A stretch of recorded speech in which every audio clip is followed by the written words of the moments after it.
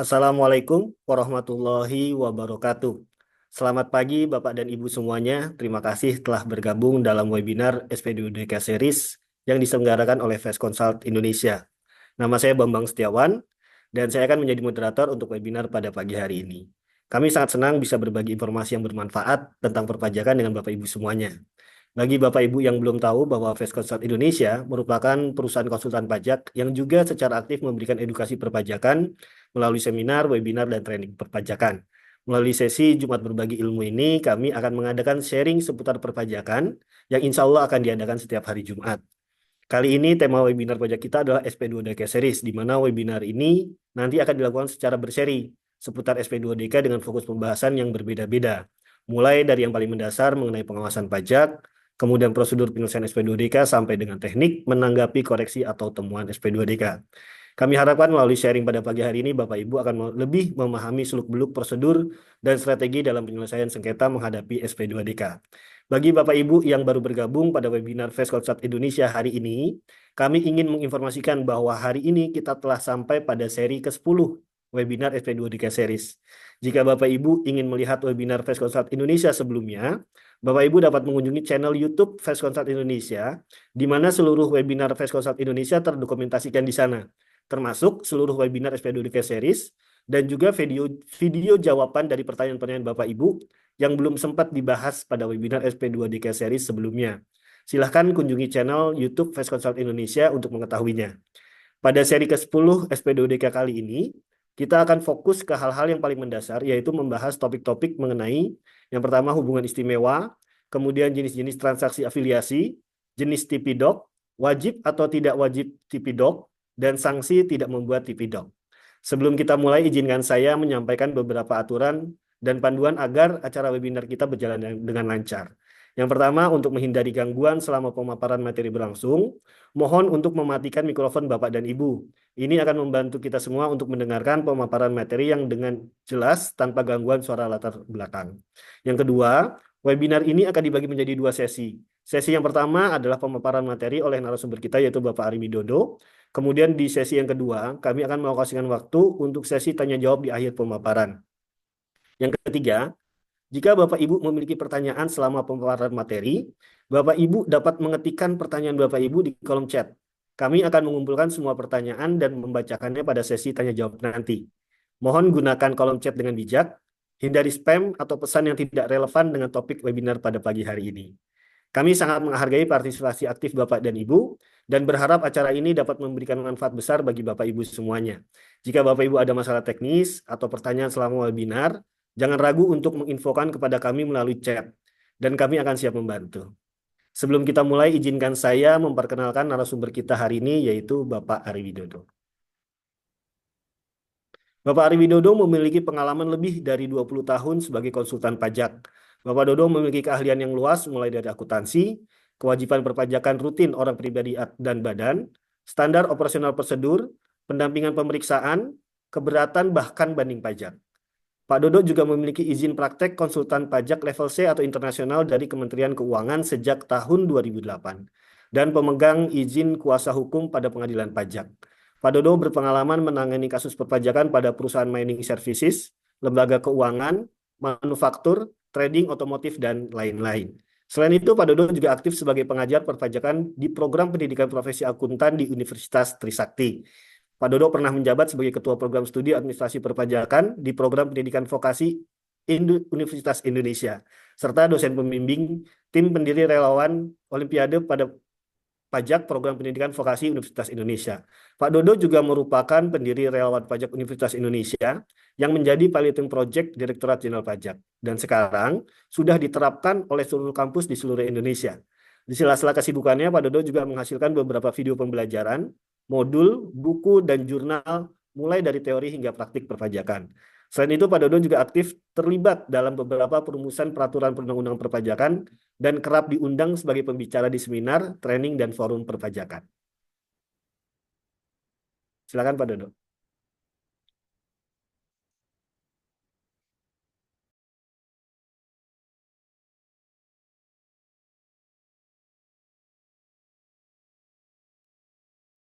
Baik. Assalamualaikum warahmatullahi wabarakatuh.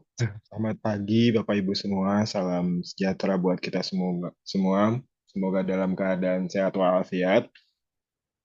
Hari ini kita bahas untuk Tipidok ya, Bapak Ibu. Nanti saya sama Pak Bambang berkolaborasi hari ini. Nanti ada sesi saya, ada sesi Pak Bambang untuk menjelaskan hari ini masih dasar sebenarnya terkait dengan kewajiban pembuatan Tipidok. Nanti seri Tipidok sendiri di SP2DK ada 4 seri. Jadi nanti masing-masing seri memang punya pembahasan yang berbeda-beda ya Bapak Ibu. Hari ini akan bahas kewajiban pembuatan Tipidok, nanti pekan depan bagaimana cara pengisian formulir di SPT Badan gitu ya, di lampiran 3A. Kemudian nanti di seri ketiga untuk Tipidoknya juga bahas tentang metode penentuan harga wajar di transfer pricing sesuai dengan PMK 172 2023. Kemudian berikutnya terkait dengan bagaimana kita mengenali data pembanding ya, baik internal maupun eksternal. Nah, hari ini kita akan bahas ada 5 subpokok bahasan, yaitu hubungan istimewa, karena ada ketentuan baru ya Bapak Ibu terkait dengan definisi hubungan istimewa. Nanti saya akan jelaskan, kemudian apa aja sih transaksi afiliasi yang memungkinkan terjadi ya di perusahaan baik induk maupun anak perusahaan dan seterusnya. Kemudian jenis-jenis tipidok, kemudian apakah kita wajib apa enggak, ini kemudian selalu menjadi pertanyaan-pertanyaan ya. Kira-kira wajib nggak sih bikin tipidok? Karena so far bikin tipidok nggak gampang ya Bapak Ibu. Kompleks juga dan perlu juga studi literatur, studi uh, value chain gitu ya, kemudian uh, penentuan fungsi, resiko dan sebagainya ya. Dan terakhir bagaimana sanksi kalau nggak membuat tipidok ya Bapak Ibu. Oke, yang pertama mungkin kita harus paham dulu bahwa di ketentuan undang-undang hubungan istimewa itu sebenarnya diatur di dua undang-undang ya Bapak Ibu. Pertama di Undang-Undang PPH dan di Undang-Undang PPN. Jadi di Undang-Undang PPH disebutkan hubungan istimewa itu bisa karena 4 faktor. Karena 4 faktor ya, tapi umumnya kita bahas cuma 3 faktor aja deh sebenarnya.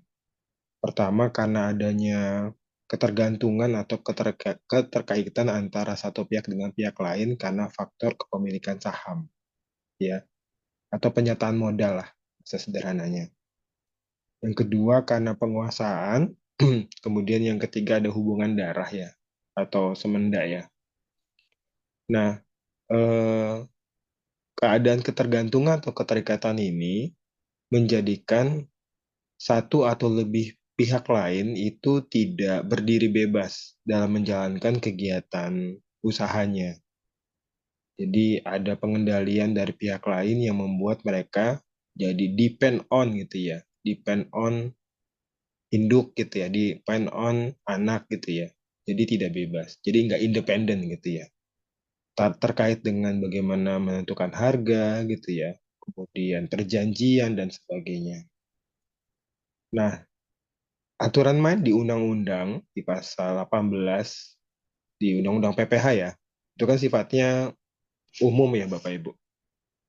Nah, sekarang ada PMK baru, PMK 172 ini tahun 2023 pengganti PMK 213 ya 2016. Ini diperluas atau dipertegas penjabarannya sebagai bentuk dari kepastian hukum buat kita sebagai wajib pajak maupun teman-teman di otoritas perpajakannya. Nah, pertama yang kepemilikan dan penyertaan modal ya. Nah, ini cakupannya dua gitu ya. Apakah WP punya penyertaan modal langsung, jadi direct, jadi dia sebagai pemegang saham dan ada di akte ya, terlihat gitu ya. atau tidak langsung. Jadi bisa jadi dari induk ke anak ke cucu gitu ya. Jadi bisa jadi dari induk ke cucu itu punya hubungan istimewa karena minimal 25%. Jadi minimal 20% atau lebih, maka dia dianggap ada hubungan istimewa karena kepemilikan atau penyertaan modal. Terus yang kedua adalah hubungan antara wajib pajak dengan penyertaan paling rendah 25% pada dua wajib pajak atau lebih. Jadi mungkin satu perusahaan ini punya beberapa anak perusahaan, ya entah dua atau tiga gitu atau lebih, dan mereka ternyata induknya ini punya lebih dari 25%. Atau hubungan di antara wajib pajak atau lebih yang disebutkan terakhir. Nah, yang kedua, masalah penguasaan. Nah, ini biasanya kalau kita bahas di undang-undang, tata undang-undang, penguasaan itu cuma karena dua faktor ya, Bapak Ibu. Karena faktor penguasaan manajemen dan karena faktor penguasaan teknologi, gitu ya. Nah, sekarang ditegaskan, ada kurang lebih ada enam, ya. Ada enam, bisa terjadi penguasaan karena ada satu pihak menguasai pihak lain, atau satu pihak dikuasai pihak lain baik secara langsung maupun tidak langsung. Kemudian ada dua pihak atau lebih berada di bawah penguasaan pihak yang sama secara langsung maupun tidak langsung. Dan yang ketiga ini umum ya yang kemarin kita udah bahas yaitu manajemen, penguasaan manajemen dan penguasaan teknologi. Dan yang keempat, ada orang yang sama secara langsung tidak langsung terlibat berpartisipasi di dalam pengambilan keputusan manajerial dan operasional. Jadi bisa jadi di kalau klausul di yang D ini bisa jadi ada satu personal orang yang posisinya bisa ngambil keputusan ya di beberapa perusahaan ya. Meskipun dari kepemilikan sahamnya nggak ada ya Bapak Ibu, tapi dia sebagai personal untuk ambil keputusan. Kemudian yang kelima, para pihak secara komersial atau finansial diketahui atau menyatakan diri berada di dalam satu grup usaha yang sama. Dan yang terakhir, satu pihak menyatakan diri memiliki hubungan istimewa dengan pihak lain. Nah, ini nanti kantor pajak akan ngecek, ya, ngecek apakah ada satu orang yang tadi ya menguasai pihak lain, kemudian terlibat berpartisipasi dalam pengambilan keputusan dan seterusnya. Dan yang ketiga ini yang biasa udah terjadi juga ya, karena ada hubungan darah semenda ya, Bapak Ibu. Jadi hubungan darah semenda garis keturunan lurus atau ke samping 1 derajat ya. Nah ini yang apa namanya eh, penjabaran hubungan istimewanya akan lebih lanjut ya. Jadi artinya di TV Doc-nya nanti harus dieksplorasi ya. Mulai 2024 ini ya, eh, penguasaan itu harus dilihat lagi ya. Ada 6 faktor ini ya yang harus dilihat. Nah, pertanyaannya adalah sebenarnya transfer pricing itu apa sih sebenarnya? Bagi Bapak Ibu yang sudah berkecimpung banyak di industri perpajakan pasti harusnya sudah tahu ya bahwa transfer pricing terjadinya adalah penentuan harga dari transaksi yang dipengaruhi hubungan istimewa ya. Dan ini sebenarnya bukan isu baru ya sebenarnya. Kalau dibaca historinya sebenarnya udah dari tahun 1960-an lah ya. Dan itu pernah terjadi di Amerika di zamannya Presiden F. Kennedy gitu ya. Bahkan Presiden Bill Clinton sendiri membuat penentuan harga transfer juga di waktu eranya jadi presiden. Kemudian banyak terjadi hal-hal ini kemudian disinyalir terjadi penyimpangan atau shifting beban pajak ke negara yang beban pajaknya lebih rendah gitu ya kurang lebih ya. Jadi secara global ada pajak yang bisa diminimalisir sehingga dianggap terjadinya agresif tax planning gitu ya kurang lebih. Nah, afiliasi sendiri itu tidak hanya berkutat kepada transaksi domestik ya Bapak Ibu, tapi juga bisa cross border. Cross border itu adalah kalau misalkan kita bertransaksi dengan pihak-pihak di negara luar ya, atau di negara mitra ya. Ini contoh misalkan ada negara A, ada A corporation, bertransaksi dengan PTA di Indonesia. Dan ini terjadi cross border ya.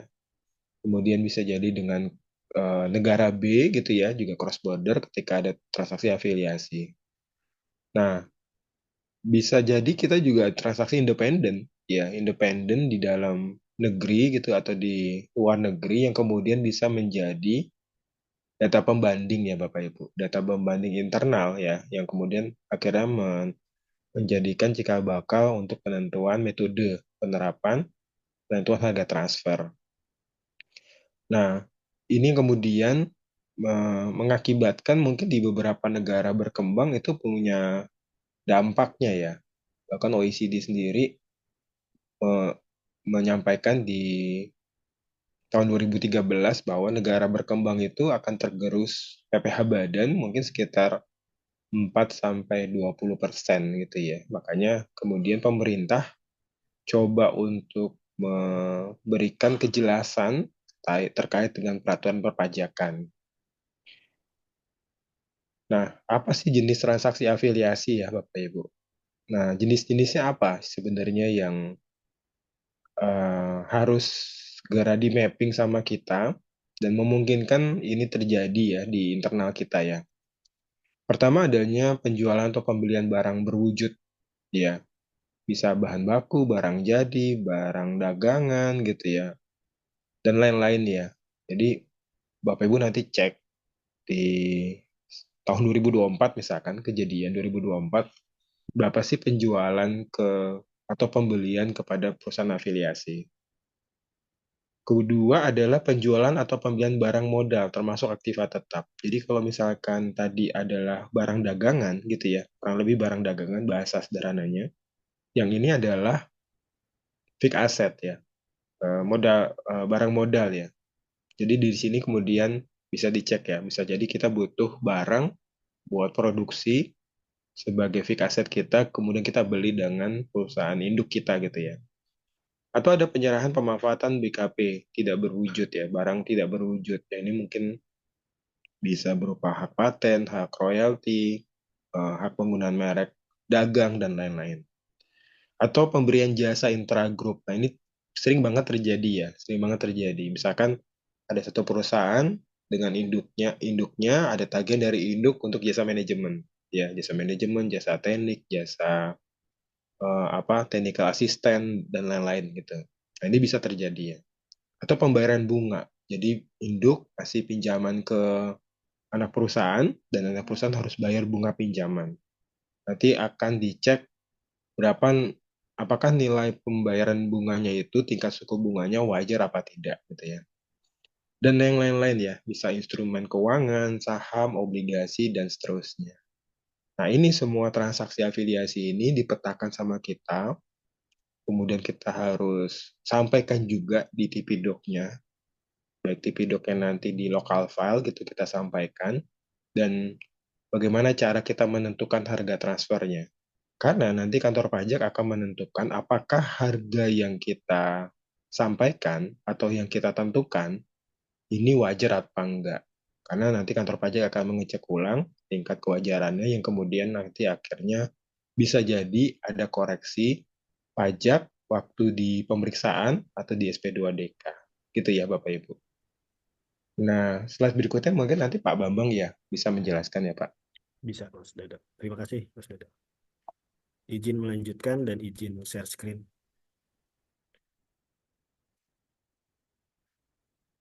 Sebentar.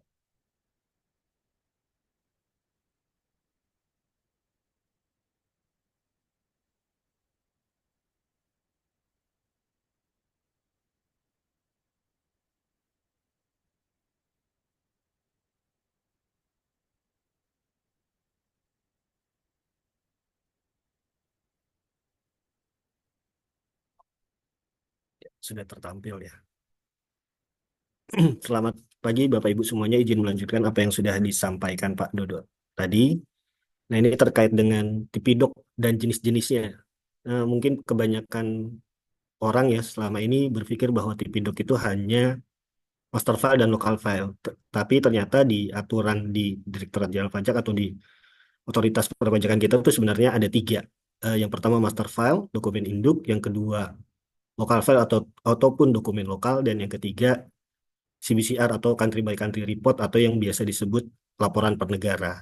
Nah, sebenarnya eh, jenis TP-Doc ini semuanya diatur di aturan perpajakan di PMK 213 tahun 2016 itu untuk TP-Doc tahun 2016 sampai 2023, dan ada aturan terbaru terkait dengan kewajiban penyusunan TP-Doc dan TP-Doc-nya itu di PMK 172 tahun 2023. Nah, itu berlaku untuk TP-Doc tahun 2024 nanti gitu.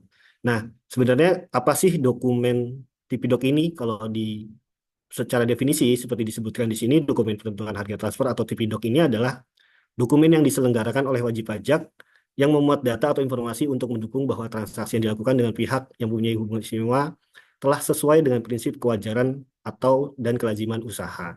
Jadi sebenarnya kantor pajak itu ingin melihat nih Bapak Ibu, bahwa transaksi yang dilakukan oleh wajib pajak atau perusahaan Bapak Ibu misalnya dengan pihak yang memiliki hubungan istimewa atau afiliasi itu, apakah sama ataupun wajar dengan ketika Bapak Ibu bertransaksi dengan pihak independen atau pihak ketiga yang tidak memiliki hubungan istimewa. Maka dibuatlah eh, pengujian nanti itu ada di dokumen lokal nanti seperti itu.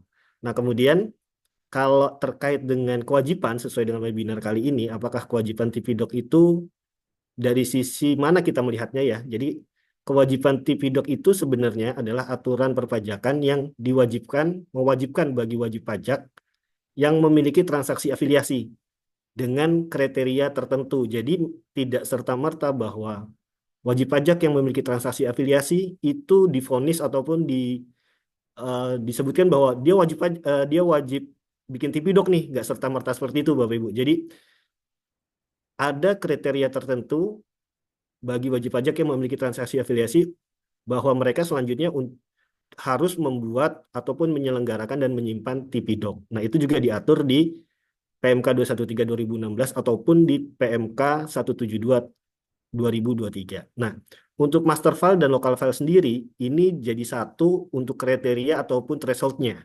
Jadi ada kriteria tersendiri terkait kewajiban master file dan local file, itu ada satu kriteria, dan untuk CBCR ada kriteria lain. Jadi ada dua kriteria di TP-Doc ini. Jadi master file dan local file punya kriteria tersendiri, dan CBCR punya kriteria tersendiri. Seperti itu Bapak Ibu. Nah, ini untuk dokumen induk. Di dokumen induk itu tidak diatur memang di PMK 213 ataupun di PMK 172 harus seperti apa bentuk si dokumen induk ini. Tetapi memang PMK 213 ataupun PMK 172 ini mengatur terkait dengan informasi yang paling sedikit memuat apa saja. Jadi kalau untuk master file itu kan terkait dengan grup usaha Bapak Ibu. Jadi apa saja informasi yang perlu diadakan di master file ini. Yang pertama terkait dengan struktur dan bagan kepemilikan serta negara yurisdiksi. Jadi di bab struktur dan bagan kepemilikan ini Bapak Ibu menginformasikan nih terkait dengan seluruh entitas induk ataupun anak usaha, baik itu ada di negara Indonesia ataupun di negara luar, seperti itu. Nah, kemudian yang kedua itu harus paling sedikit memuat kegiatan usaha. Kegiatan usaha yang dilakukan adalah kegiatan usaha seluruh entitas grup usaha tersebut. Dari induk usaha dia kegiatan usahanya apa, kemudian dijabarkan, produk utamanya seperti apa, itu juga dijabarkan. Nah, kemudian anak-anak usaha lainnya itu disebutkan juga kegiatan usahanya seperti apa, apakah manufaktur, apakah distributor, ataukah jasa atau services, seperti itu. Nah, kemudian terkait yang ketiga adalah harta tak berwujud yang dimiliki. Jadi, kalau dari CCTV Doc ini yang dimaksud dengan harta tak berwujud itu mungkin seperti apa ya? Seperti merek dagang atau trademark, paten, kemudian goodwill, dan lain sebagainya. Nah, yang ingin dilihat dari kantor pajak adalah bagaimana perusahaan Bapak Ibu membentuk eh, harta tak berwujud itu, kemudian siapa yang memegang harta tak berwujud itu, patennya siapa yang memegang, dan kemudian nilai ekonomisnya seperti apa. Nah, itu dijabarkan di master file. Nah, kemudian yang keempat itu terkait dengan aktivitas keuangan dan pembiayaan. Aktivitas keuangan dan pembiayaan di sini maksudnya adalah pinjam meminjam antara entitas grup usaha. Biasanya apakah nanti pembiayaannya misalnya apa dengan bunga ataupun tanpa bunga, kemudian ada investasi dengan grup usaha, anak usahanya seperti apa di sini dijabarkan di bab terkait aktivitas keuangan dan pembiayaan. Nah, yang terakhir terkait dengan laporan keuangan konsolidasi entitas induk dan informasi perpajakan terkait transaksi afiliasi. Otomatis bahwa memang di master file ini nanti yang dilampirkan terkait dengan laporan keuangan adalah laporan keuangan konsolidasi entitas induk. Tetapi eh, bisa juga bukan merupakan laporan keuangan konsolidasi jika eh, induk usahanya ataupun entitas wajib pajak itu tidak membuat konsolidasi seperti itu. Nah, yang kedua, ini terkait dengan dokumen lokal. Dokumen lokal ini informasinya itu paling sedikit memuat terkait dengan yang pertama, identitas dan kegiatan usaha yang dilakukan oleh entitas wajib pajak itu sendiri. Jadi kalau tadi di master file itu grup usaha dan induk usaha, nah untuk di local file itu identitas dan kegiatan usaha yang dilakukan oleh entitas wajib pajak itu sendiri. Jadi perusahaan Bapak Ibu didirikan kapan, kemudian jenis usahanya seperti apa itu dijabarkan di bab ini. Yang kedua adalah informasi transaksi afiliasi dan transaksi independen yang dilakukan. Tadi sebelumnya Pak Dodo memberikan informasi terkait dengan definisi transaksi afiliasi apa aja yang dari transaksi yang perusahaan Bapak Ibu lakukan dengan pihak afiliasi atau pihak independen yang bisa didefinisikan di dokumen lokal ini. Jadi Bapak Ibu harus memilah nanti ada transaksi afiliasinya apa saja, ada jual beli barang dagang ataupun bahan baku dan lain sebagainya, ada sewa menyewa, pembayaran bunga itu nanti dicatat di sini. Nah, yang ketiga adalah penerapan prinsip kewajaran dan kelaziman usaha. Jadi inti dari dokumen lokal itu sendiri sebenarnya ada di sini, penerapan prinsip kewajaran dan kelaziman usaha. Jadi nanti kantor pajak akan melihat dari transaksi afiliasi yang dilakukan oleh perusahaan Bapak Ibu, apakah sudah wajar? Nah, di situ nanti biasanya ada informasi tentang analisa kesebandingan, kemudian pemilihan data pembanding, kemudian pengujian transaksi afiliasi, dan akhirnya dari pengujian transaksi afiliasi itu didapatkan hasil apakah transaksi afiliasi Bapak Ibu arm's-length atau tidak, wajar atau tidak. Nah, itu nanti diungkapkan atau diinformasikan di bab penerapan prinsip kewajaran atau kelaziman usaha atau PKKU. Nah, yang keempat itu terkait dengan informasi keuangan. Nah, ini biasanya isinya laporan keuangan dari mulai sales, kemudian COGS, kemudian OPEX dan lain sebagainya. Itu ada di informasi keuangan. Yang kelima itu terkait dengan peristiwa, kejadian atau fakta non keuangan yang mempengaruhi pembentukan tingkat harga ataupun laba. Jadi seandainya nanti Bapak Ibu laba rugi Bapak Ibu, perusahaan Bapak Ibu, apakah laba ataupun rugi, itu nanti bisa dijelaskan di sini. Kenapa misalnya perusahaan Bapak Ibu di tahun pajak 2023 ini ataupun 2024 ini rugi? Nah, itu dijelaskan nih penyebabnya apa saja, apakah ada faktor dari pasar, apakah ada faktor dari kebijakan pemerintah, dan lain sebagainya, itu biasanya diungkapkan di sini. Dan biasanya kantor pajak pun melihat, nih perusahaan ataupun entitas wajib pajak ini kok rugi kenapa ya? Nah, itu nanti melihat di TV Doc ya, dia akan melihat di bab terakhir ini nih, peristiwa kejadian ataupun fakta non keuangan yang terjadi seperti itu. Oke, nah sekarang kita berbicara terkait dengan kriteria wajib TP-Doc terkait dengan master file dan local file. Jadi tadi disebutkan bahwa TP-Doc itu ada tiga, ada master file local file, kemudian yang terakhir CBCR. Nah, master file local file ini memiliki kriteria ataupun threshold tersendiri. Nah, ini yang ada di PMK 213 dan PMK 172. Tetapi ada sedikit perbedaan terkait dengan eh, jumlah penghasilan brutonya. Kalau di 172 itu jumlah penghasilan brutonya itu mengacu pada penghasilan yang diterima diperoleh sesuai dengan kegiatan usaha dan di luar kegiatan usaha. Sedangkan di PMK 213 itu hanya yang di kegiatan usaha saja. Seperti itu. Itu bedanya sedikit sedikit berbeda di situ. Oke. Nah, ini kalau Ibu ingin melihat apakah perusahaan ataupun perusahaan Bapak Ibu itu wajib atau tidak TP-Doc dalam hal ini master file dan local file, Bapak Ibu harus menyiapkan dua data. Dua data dalam hal ini adalah data laporan keuangan tahun berjalan, dan yang kedua adalah data yang mengacu dengan tahun pajak sebelumnya. Seandainya kita berbicara misalnya TP-Doc tahun 2024, maka Bapak Ibu harus memegang laporan keuangan tahun 2024 dan laporan keuangan tahun 2023. Oke, sekarang kita cek yang pertama.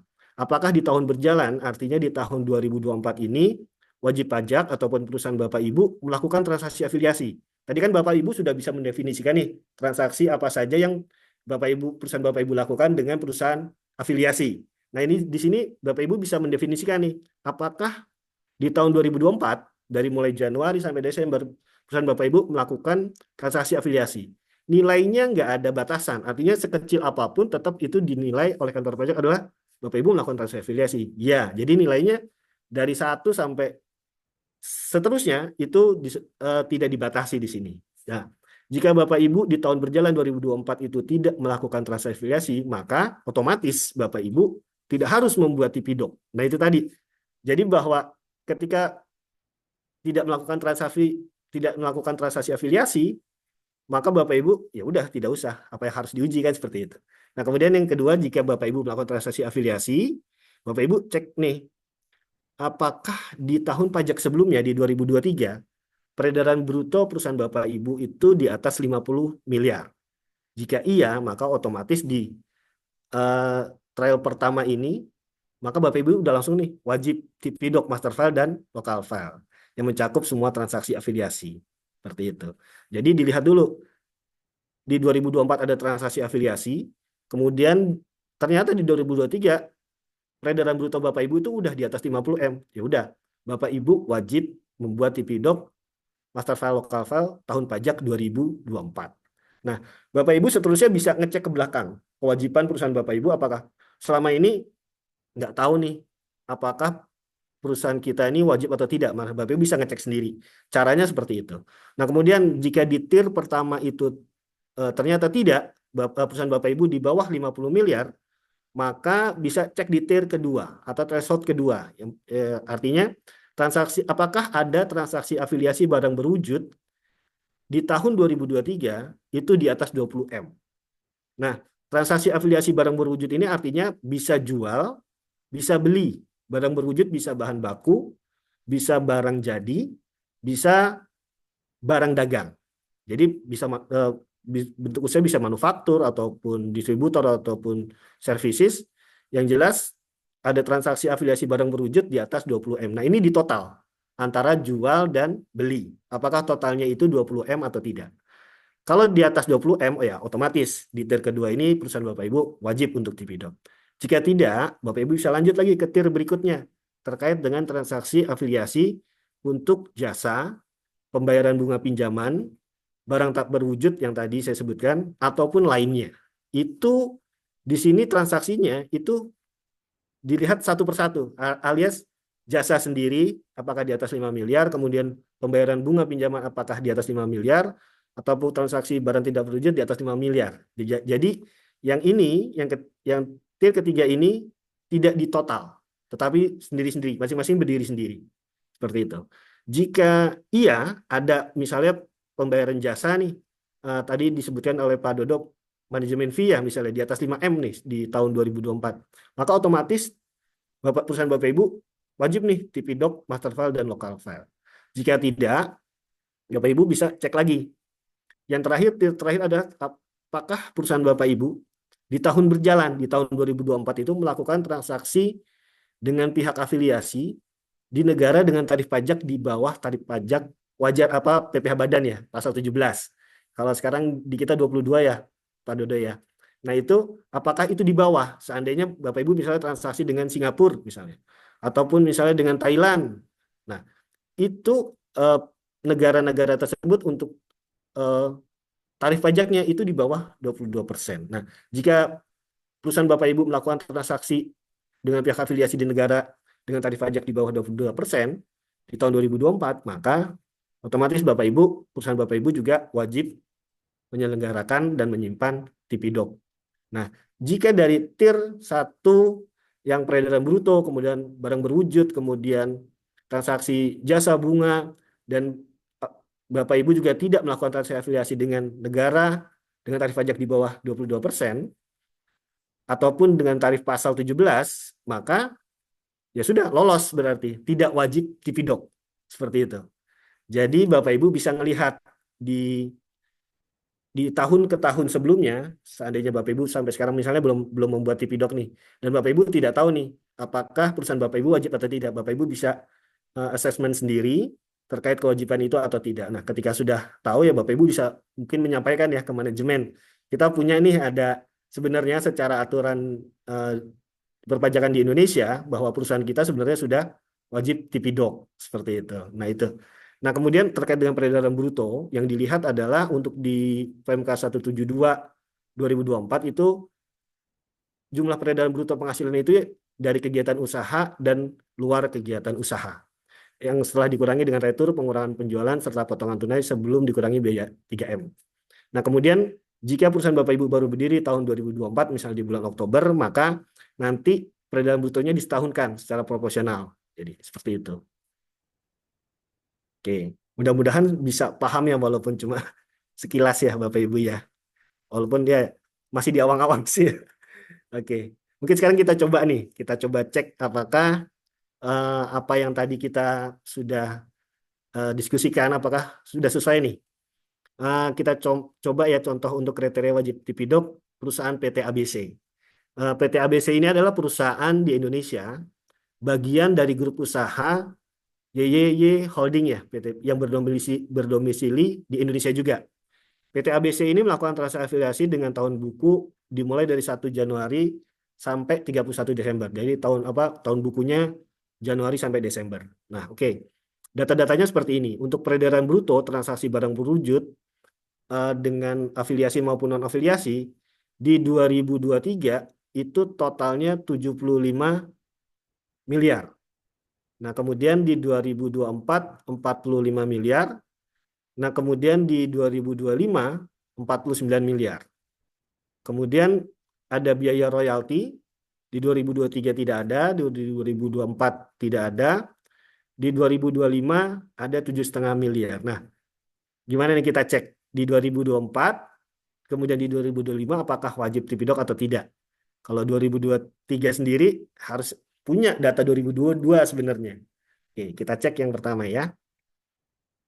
Oke, di 2024 berarti dengan peredaran bruto di 2023 itu lebih dari 50M, besarannya kan 75 juta ya. Dengan memiliki di 2024 ini memiliki transaksi afiliasi nih sebesar 5M. Kemudian dicek di tahun sebelumnya memiliki peredaran bruto afiliasi dan non afiliasi itu di total itu sebesar 75 miliar. Maka dari tier pertama tadi itu maka PT ABC itu sudah harus wajib untuk menyusun dan menyimpan TP-Doc dalam hal ini master file dan local file. Dan harus tersedia paling lambat 30 April di 2025 nanti. Ini untuk tahun pajak 2024. Oke, kemudian selanjutnya di 2025 apakah wajib atau tidak? Dia di 2025 ada transaksi nih 4 miliar. Nah, kemudian di 2024 ada peredaran brutonya itu 45 miliar. Apakah dia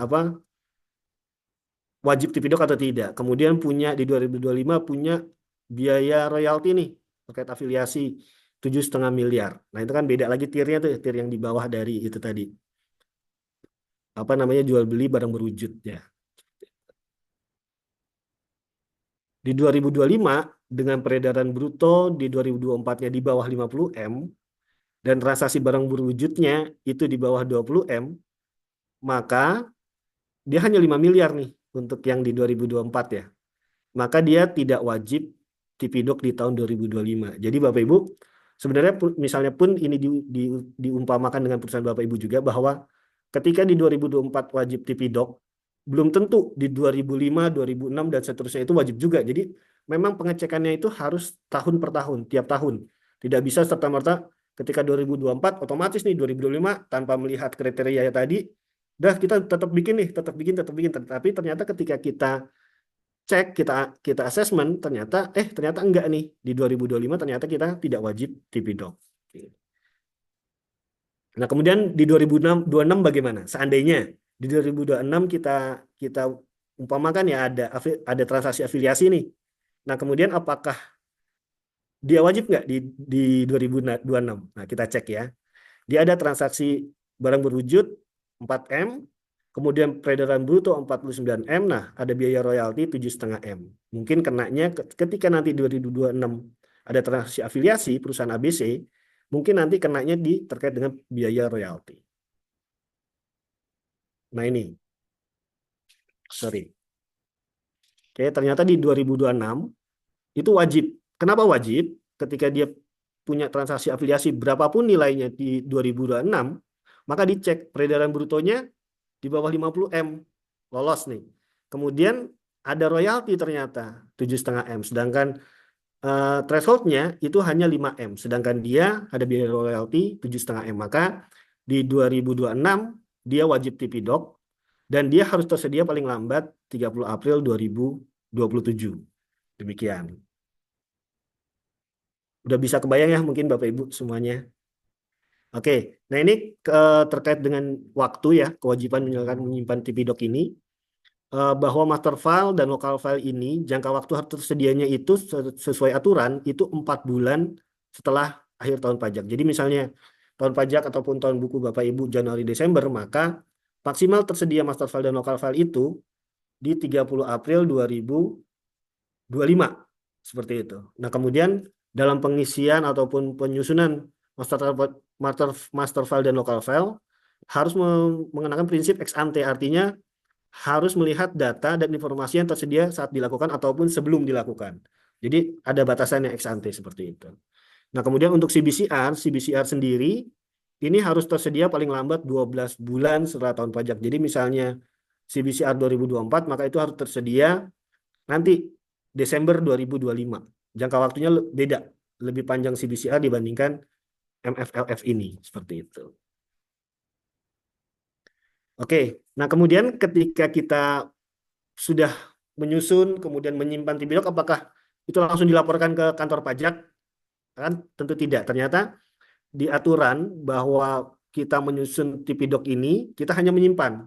Jadi yang dilaporkan apa? Yang dilaporkan adalah ikhtisar, nanti sebagai lampiran SPT tahunan badan perusahaan Bapak Ibu semuanya. Jadi master file dan local file ini disimpan dan wajib disampaikan nanti saat diminta oleh DJP, bisa melalui SP2DK ataupun pemeriksaan. Nah, yang dilampirkan apa? Ternyata yang dilampirkan adalah ikhtisar, master file, dan local file. Seperti itu.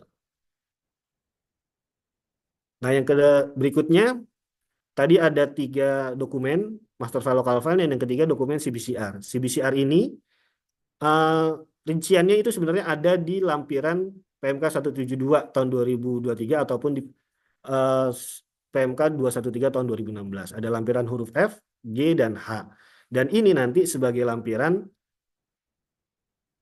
SPT tahunan badan Bapak Ibu semuanya. Jika perusahaan Bapak Ibu wajib CBCR.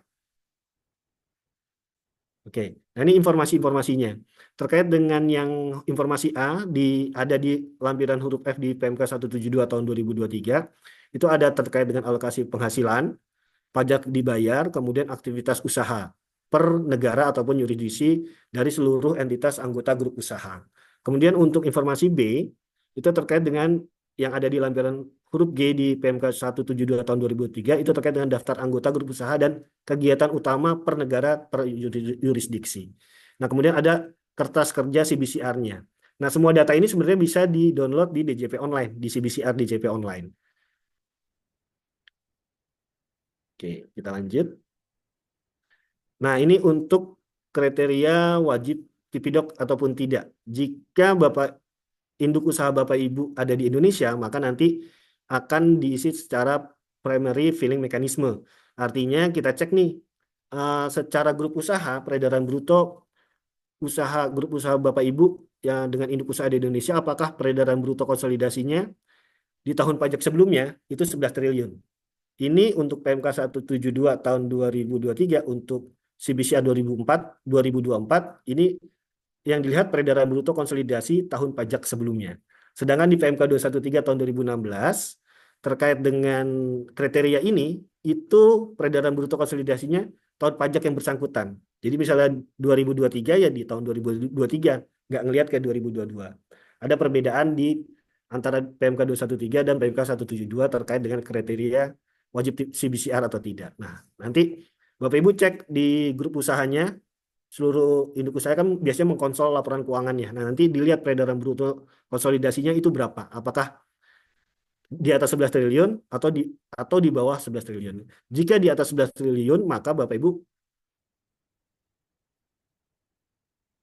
apakah memiliki transaksi, jika memiliki transaksi afiliasi kemudian di atas 11 triliun, maka wajib menyusun untuk MF, LF, dan sekaligus CBCR.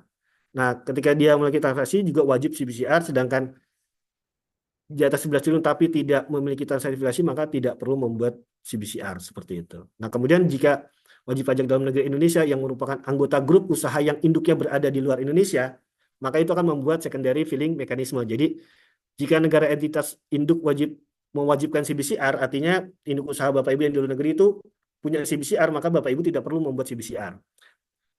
Nah, kemudian dicek lagi ketika negara entitas induk memiliki perjanjian pertukaran CBCR dengan Indonesia, jika jika memiliki maka Bapak Ibu tidak harus nih membuat CBCR, tetapi dicek lagi ketika seperti itu. Nah, kemudian jika negara entitas induk memiliki perjanjian pertukaran CBC dengan Indonesia dan CBC dapat diperoleh, maka Bapak Ibu tidak perlu membuat CBCR. Tetapi kalau misalnya Bapak Ibu tidak mewajibkan CBCR, tapi ternyata tidak, maka Bapak Ibu yang wajib membuat CBCR seperti itu. Oke, kita contoh kriteria wajib terkait dengan CBCR ya Bapak Ibu. Jadi PT GHI adalah perusahaan Indonesia yang memenuhi persyaratan untuk entitas induk. Artinya dia melakukan primary filing mekanisme ya. Sebagai entitas induk, PT GHI melaporkan peredaran bruto konsolidasi untuk grup saya sebagai berikut. Di tahun pajak 2023, peredaran bruto konsolidasinya itu 12 triliun ya. Di 2024 10 triliun, di 2025 13 triliun, dan di 2026 9 triliun. Maka tahun buku PTGH ini 1 Januari sampai Desember. Untuk 2024 dengan peredaran bruto di 2023-nya di atas 11 triliun, maka PTGH ini wajib CBCR dan harus tersedia paling lambat 31 Desember 2025. Nah, untuk 2025 sendiri dicek di peredaran bruto tahun sebelumnya di 2024 itu ternyata di bawah 11 triliun, hanya 10 triliun, maka tidak wajib CBCR. Nah, kemudian di 2026 walaupun uh, di tahun yang bersangkutan dia hanya 9 triliun, tetapi di 2025 atau tahun pajak sebelumnya dia 13 triliun, itu di atas 11 triliun, maka di 2026 dia wajib CBCR dan harus tersedia paling lambat di 31 Desember 2027. Demikian. Nah, ini untuk kewajiban notifikasi. Jadi sebenarnya seluruh entitas wajib pajak itu wajib notifikasi ya Bapak Ibu ya, baik itu notifikasi wajib CBCR ataupun notifikasi tidak wajib CBCR. Selama dia memiliki transaksi afiliasi. Untuk wajib pajak dalam negeri yang merupakan anggota grup usaha atau memiliki transaksi afiliasi yang tercakup dalam laporan penegara wajib menyampaikan notifikasi. Nah, untuk ultimate parent entity ataupun grup usaha induk grup usaha yang paling tinggi, itu dia harus menyampaikan laporan penegara, menyampaikan kertas kerja, dan notifikasi juga. Sedangkan jika ultimate parent entity-nya tidak mau membuat itu, maka ultimate parent entity bisa menunjuk yang disebut dengan surrogate parent entity, bisa di negara mana yang memiliki kerjasama dengan eh, otoritas perpajakan di Indonesia. Dan itu dia bisa juga menyampaikan laporan penegara dan notifikasi. Nah, dari laporan penegara yang Bapak Ibu miliki, Bapak Ibu juga wajib untuk notifikasi nih di DJP online seperti itu. Dan itu nanti dilampirkan di SPT tahunan Bapak Ibu. Oke, seperti itu. Nah, ini mungkin selanjutnya terkait dengan kewenangan permintaan TPDoc bisa dilanjutkan oleh Pak Dodo. Silakan Pak.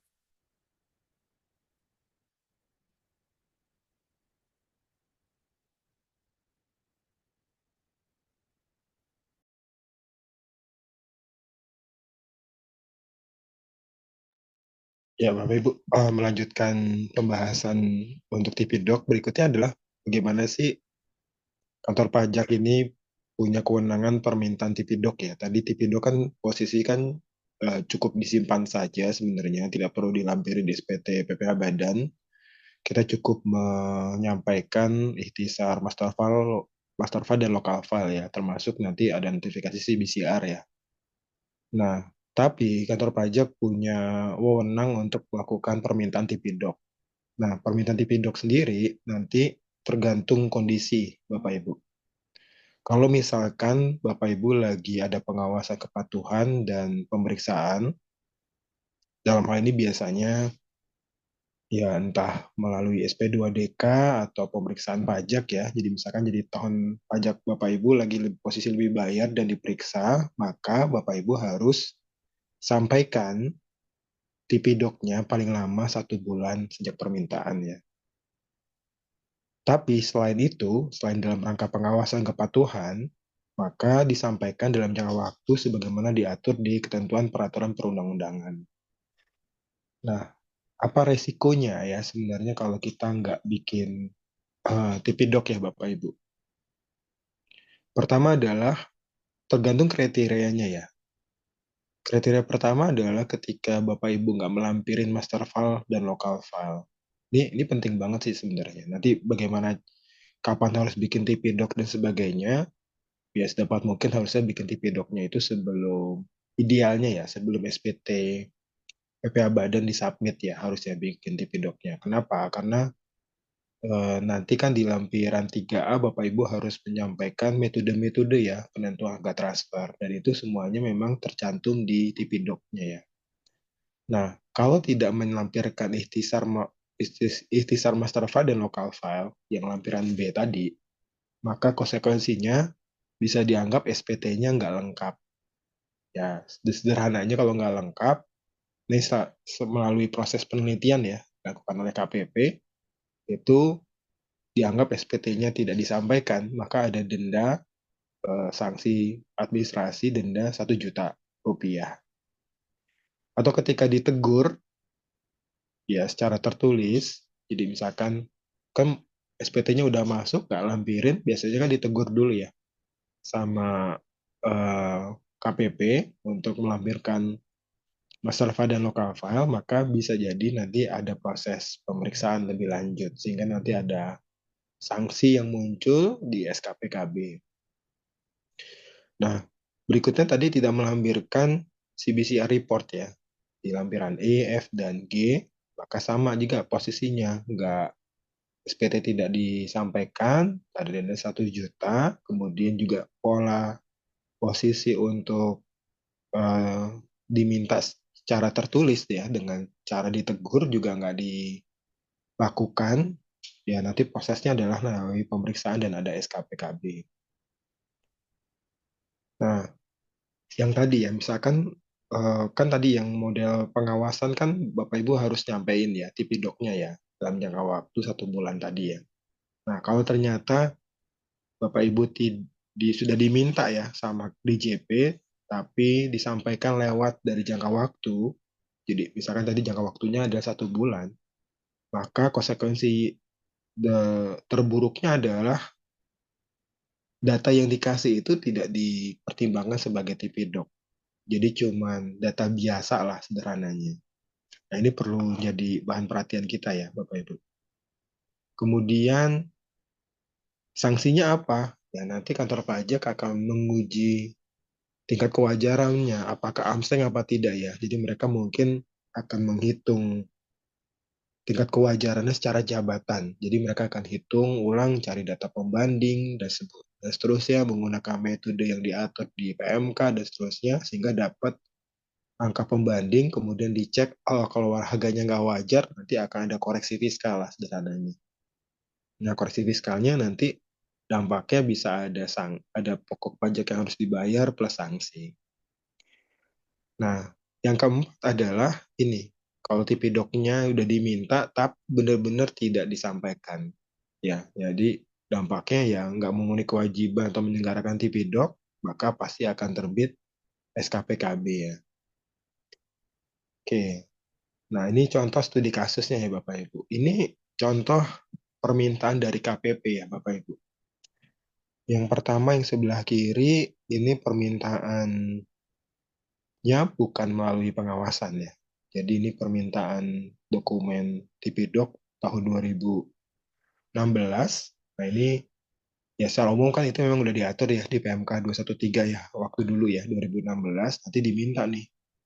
Kalau Bapak Ibu lihat di sini tahun pajak 2018 dilapor di KPP terdapat ikhtisar master file dan local file. Jadi disebutin di SPT PPh Badan ada master file dan local file. Di SPT Badan 2016 ya. Nah, kantor pajak langkah berikutnya adalah meminta, tolong sampaikan master file dan local filenya.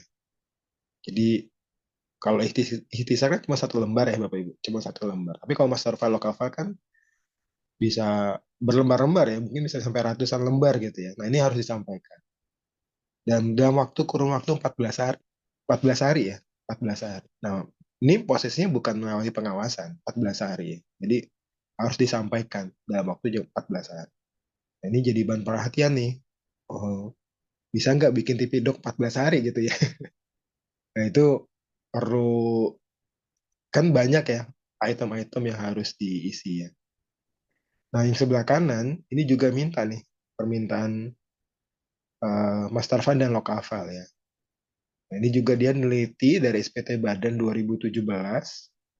Ya benar ya 2017 dilaporin di Juli 2018 pada lampiran khusus 3A, betul ya? 3A lampiran SPT Badan disampaikan bahwa ada hubungan istimewa dan si WP tersebut memberikan informasi metodenya disampaikan. Ya, ada CAP, comparable uncontrol price, ada resell, ada cost plus, dan lain-lain ya. Nah, untuk itu, untuk menentukan itu, maka mohon untuk menyampaikan TP-Doc-nya. Dia minta di master file dan local file. Nah, di master file, local file, tadi ini udah disampaikan sama Pak Bambang, isinya apa ya. Jadi dijabarin di surat permohonan ini. Nah, ini yang sudah tersedia, informasi di bawahnya ya, tersedia harusnya adalah paling lambat 4 bulan setelah akhir tahun pajak, sesuai dengan ketentuan PMK 213 waktu itu ya. Nah, mohon untuk dikirimkan segera, waktunya 14 hari. Ya, sejak surat ini diterima ya, Pak. Nah, ini permintaan-permintaan. Ini belum ngomongin dalamnya ya, Pak Bambang ya. Jadi ini baru ngomongin tolong disediain gitu ya. Belum belum berbenturan mengenai konten atau materi isinya ya. Karena kantor pajak kan ngelihat dari itu dulu tadi apa ikhtisar sama lampiran Iya, 3A betul. di SPT Badan. Jadi ngeceknya di Ya. situ dulu Bapak Ibu. Iya, Kantor jadi pajak. sebelum masuk ke materinya, dia minta formalitasnya dulu nih, Bapak Ibu. Mm-mm. Formalitasnya Bapak Ibu udah masukin master file, apa ikhtisar master file local file, kemudian langkah berikutnya adalah dikasih apa enggak ya. Kalau Mm-mm. dikasih, Bapak Ibu harus kasih dalam waktu 14 hari. Iya. Nah, ini juga sama nih. Yang ini SP2DK. Kalau yang tadi penelitian biasa ya oleh KPP, yang ini adalah SP2DK. Nah, ini kemarin kita udah bahas SP2DK kan banyak item ya yang diminta penjelasan nih. Nah, ini salah satunya ada item M nih. Mereka minta terkait dengan transaksi hubungan istimewa untuk disediakan tahapan pengujian sesuai dengan PMK 22 2020 dan kertas kerja. Bisa bayangin kertas kerja Tipidoknya gitu ya. Nah, di SP2DK ya juga harus disampaikan jam waktu 14 hari. Nah, Bapak Ibu, ini yang perlu diantisipasi nih. Makanya kalau udah memenuhi kriteria yang tadi disampaikan Pak Bambang, segera ya, segera bikin Tipidok, bahkan Tipidoknya pun jangan sampai berlarut-larut ya. Misalkan 2022 baru dibikin sekarang gitu ya. Nanti kantor pajak malah nge-tracing hal-hal yang lain gitu ya. Yang itu kemudian Bapak Ibu malah menjadi masalah di kemudian hari. Nah, mitigasi-mitigasi ini yang penting banget Bapak Ibu. Memang kalau Bapak Ibu mau bikin TV Doc sendiri secara internal ya boleh-boleh aja. Ya nggak harus dengan konsultan gitu ya. Tapi nanti Bapak Ibu perlu dilihat lagi isi kedalamannya karena harus disesuaikan dengan yang diatur di Peraturan Menteri Keuangan. Gitu ya Bapak Ibu. Jadi dua kasus ini bahkan mungkin Bapak Ibu juga udah pernah dapat juga ya, atau memang belum waktunya ya, cuman timing aja ya. Sekarang Mm. mungkin belum ketahuan, tapi next bisa jadi AR atau tim peneliti atau pemeriksa pajak bisa meminta ya. Beberapa malah kasus ada waktu pemeriksaan. Jadi nanti ada berita acara eh, permintaan keterangan atau BAPK itu biasanya diminta tuh ya informasinya. Apakah Anda melakukan transaksi hubungan istimewa apa enggak, tahun berjalan gitu ya. Apakah Anda membuat TP-Doc apa enggak. Kemudian bagaimana Anda menentukan harga transfernya. Sebutkan transaksi yang memiliki hubungan istimewa. Jadi dalam bentuk berita acara ya. Nah ini mau nggak mau ketika pemeriksaan kemudian Bapak Ibu sampaikan ada TP-Doc, apa ada hubungan istimewa pasti akan diminta dokumen TP-Doc-nya. Jadi kurang lebih itu Bapak Ibu. Nanti habis ini kita sesi tanya jawab ya. Mungkin nanti saya jawab, mungkin Pak Bambang juga akan bantu juga. Sedikit menambahkan ya Pak Dodo ya. Ya, Tadi boleh, eh, boleh. kan Pak Dodo sebenarnya Bapak Ibu menyebutkan tadi bahwa wajib pajak apa wajib menyerahkan tipidoknya itu dalam waktu 1 bulan ya. Itu sebenarnya aturan itu ada di PMK 172 tahun 2023. Jadi di PMK 213 2016 itu belum disebutkan, belum diatur terkait dengan jangka waktu penyerahan tipidok. Nah ini wajib disampaikan paling lama 1 bulan itu ini ada di PMK 172 tahun 2023. Sedangkan tadi contoh-contoh surat pemeriksaan ya untuk permintaan Tipidok itu kenapa waktunya kok 14 hari, 14 hari kerja ya kan? Bahkan ada ya Pak Dodo ya, yang 7 hari pun ada sebenarnya. Iya, ada.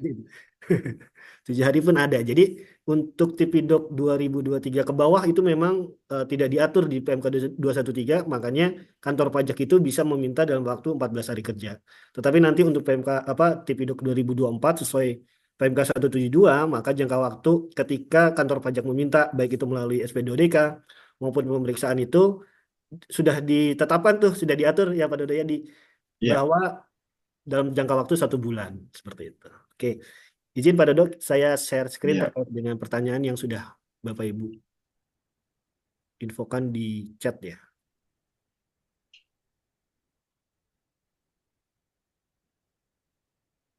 Oke,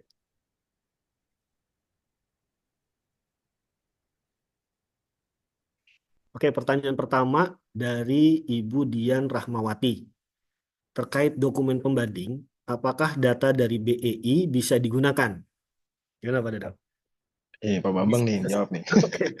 Sebenarnya ini belum tahu dulu nih, dokumen pembanding itu ataupun data pembanding ini kan tergantung transaksinya apa ya. Jadi Betul. kemudian nanti apa bisa lebih rinci lagi terkait dengan transaksi apa. Karena data pembanding itu ada beberapa tergantung transaksinya.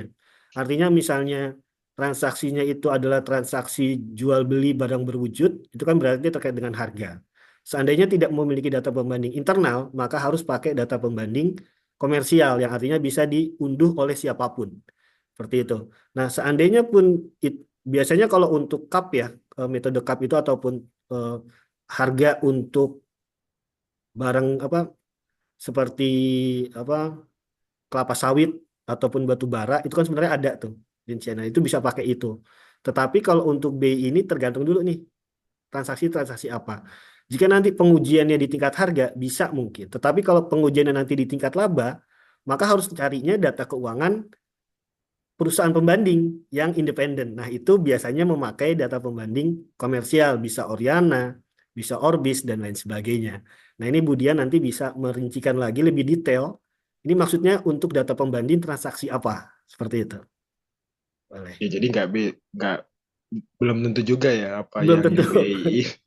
Iya, karena Betul. nanti lihat dari karakteristik barangnya juga ya Pak Bambang ya. Karena Betul. kan eh, harus Bapak Ibu harus nyari deskripsi overview kegiatan usahanya ya. Karena bisa jadi malah ada yang nggak sama ya antara yang kita jual atau yang kita beli dengan pihak afiliasi dengan yang ada di Bursa Efek Indonesia. Jadi belum tentu. Bahkan kalau nyari data pembanding ya tadi yang disebutin Pak Bambang Oriana atau Orbis dan sebagainya, kadang-kadang malah data yang tercantum itu bukan perusahaan Indonesia ya, malah Kebanyakan luar. perusahaan di luar negeri ya. Dan itu ketika nyari data pembanding itu yang perlu perlu benar-benar harus benar-benar rigid ya Bapak Ibu. Jadi misalkan gini, kayak tadi misalkan Pak Bambang bilang kalau nyari spesifikasi barang misalkan spare part motor gitu ya, spare part motor. Nah itu data yang keluar banyak pasti, bisa sampai ratusan sampai ribuan. Tapi ketika ratusan ribuan ini kemudian kita dilakukan manual review biasanya ya, manual review. Manual review itu adalah mengecek datanya tersedia apa enggak. Ya, 3 tahun terakhir, data tersedia apa enggak. Kemudian yang kedua, dilihat lagi deskripsi overview kegiatan bisnisnya. Sama enggak? Spesifikasi similar nggak sama kita ya. Kalau misalkan enggak, ya udah kita take out. Bahkan bisa jadi malah dari ratusan atau ribuan, malah yang mungkin yang kita dapat ya cuman 10 kadang-kadang ya. Hmm. Kadang-kadang cuma 20, kadang-kadang cuma 5 gitu ya. Emang akhirnya dapat mengkerucut ya, mengkerucut dari sesuai dengan produk kita atau transaksi yang kita lakukan. Jadi memang langkahnya cukup panjang ya. Jadi kalau misalkan Bapak Ibu download dari apa di Bursa Efek Indonesia yang perusahaan Go Public, ya belum tentu sama ya. Meskipun ketahuan industrinya bidang ini gitu ya, tapi produknya belum tentu sama gitu. Karena memang di perusahaan itu kan kadang fungsi ataupun bentuk usahanya itu ada yang dua ataupun ada yang satu. Jadi misalnya perusahaan Bapak Ibu sebagai trusted party misalnya hanya distributor. Nanti yang keluar di database itu kadang ada perusahaan A misalnya. Dia punya fungsi manufaktur, ada juga fungsi distributor. Nah itu sudah tidak sebanding tuh, sudah tidak sama. Nah itu harus di take out tadi yang disebutkan Pak Ari Widodo tuh.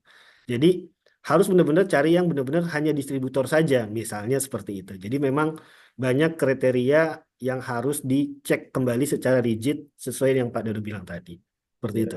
kalau kita manufacturing, maka datanya harus manufacturing semua. Betul, jangan Jadi, ada perusahaan pembanding itu jadi ada wholesale ya. manufacturing, dia juga sebagai trading juga, distributor juga. Nah itu nanti pasti akan di reject ketika ketika itu diajukan sebagai data pembanding yang kita accept, itu nanti oleh kantor pajak, wah Pak ini udah beda nih fungsinya nih kan gitu. Iya, betul. Baik. Ya, mudah-mudahan Bu Dian ngerti ya, paham Ya, ya. ini hanya kita kurang detail aja, Budian ya. Nanti mungkin Iya, bisa bisa info ke Pak Dodo lagi, nanti bisa iya. coba cek lagi. Oke. Berikutnya, pertanyaan berikutnya dari Bu Gladys. Hmm. Selamat pagi, izin bertanya Pak, bagaimana cara menguji kewajaran pemberian manajemen fee dari perusahaan induk kepada perusahaan anak? Terima kasih. Ini ini jasa nih ya. Ya, jasa. Sebenarnya metodenya kan ada banyak ya, Pak Gladys ya. Jadi metodenya ada yang CAP, ada yang cost plus, ada yang resell, ada TNMM gitu ya, macam-macam. Tapi kalau untuk jasa, biasanya pakai TNMM ya Pak Bambang ya. Pakai CAT ataupun CAP bisa. kalau Kalau di CAP, kalau ada data pembanding ya. ya, Kalau betul. Ataupun CAT. CAT itu pakai iya. data komersial, Pak Dodo, database komersial itu dengan Ketiman. Jadi, comparable-nya itu bukan data keuangan perusahaan, tetapi terkait dengan agreement. Jadi kan kalau manajemen fee itu kan biasanya ada agreement yaitu antara induk usaha dengan anak usaha. Terkait Hmm. dengan manajemen fee, nilainya berapa persen nih? Ada nilainya kan, nilai nilai royaltinya itu berapa persen dari sales misalnya, gitu ya Pak Dodo ya. Hmm. Ataupun dari penjualan apa seperti itu. Nah, itu nanti kita cari di database komersial biasanya Catimine. Itu untuk comparable database terkait dengan agreement, manajemen fee, Bu Gladys Hmm. seperti itu. Nah, pengujiannya itu tadi ada CAP ataupun bisa CUT, comparable uncontrolled transaction. Biasanya Iya. seperti Sama ini Bu. Jadi Mbak Gladys mungkin perlu perhatian juga ya buat teman-teman juga ya. Kadang-kadang kalau ada banyak teman-teman di perusahaan lain juga udah bikin TP-Doc untuk manajemen fee. Anggaplah misalkan dia pakai metode TNMM kemudian udah ada di rentang ya. Misalkan ada Hmm, di rentang kuartil 1 sampai kuartil 3 misalkan. Misalkan pakai apa ya? Biasanya pakai ROS ya Pak ya. Pakai ya betul. ROS, pakai Return on eh, sales. ya persentase margin, laba margin dan sebagainya. Ini udah ada di rentang nih kuartil 1 sampai kuartil 3. Terus artinya kalau udah direntangin kan di accept ya, disetujui. Nah, tapi biasanya nanti kantor pajak kalau melakukan pemeriksaan, mereka akan menguji masalah eksistensi transaksinya ada apa enggak. Tadi kalau Pak Bambang cerita ada manajemen fee, ada perjanjian, kadang-kadang kantor pajak nggak percaya. Ini perjanjian, bikin perjanjian biasa doang, atau bisa dibikin-bikin, tapi transaksi sebenarnya ada apa enggak. Ada beberapa kasus di beberapa perusahaan yang diperiksa sama kantor pajak, manajemen fee sekian miliar itu di koleksi fiskal, waktu pemeriksaan, karena dianggap tidak adanya eksistensi. Eksistensi itu artinya gini, benar nggak ada jasa yang didelivery dari induk ke anak gitu ya. Reportnya dalam bentuk apa gitu ya.